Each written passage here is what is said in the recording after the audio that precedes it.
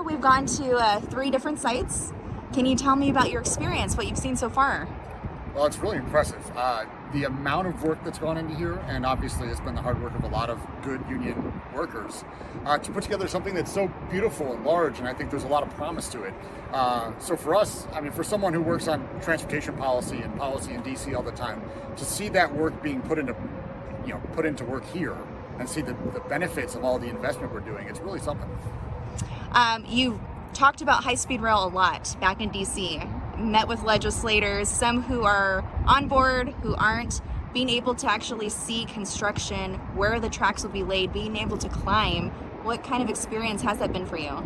Well, I think it should open a lot of people's eyes, because for me, just to be able to see it, to walk up on these arches and be in the beds, and you can sort of imagine what this can do, a few years down the road when we actually have trains operating here, and hopefully, I think a lot of people are very quick to demonize something when you just see numbers, you see money, and you don't see results. And I think now that we have, proof of what can be built and how we can build it together, I think we'll start to change a lot of minds that way.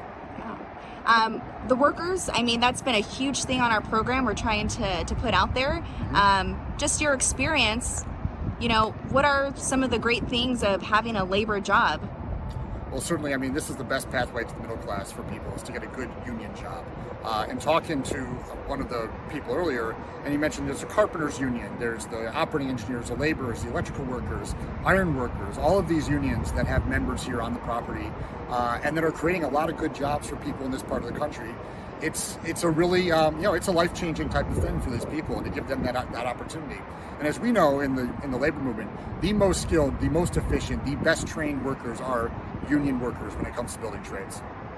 Great. Anything else you want to add? Keep it up. It's really great to see it in person. I'm really happy I got to come out here, and I look forward to seeing it when we're even further along and we start seeing trains. All right. Thank you, Greg.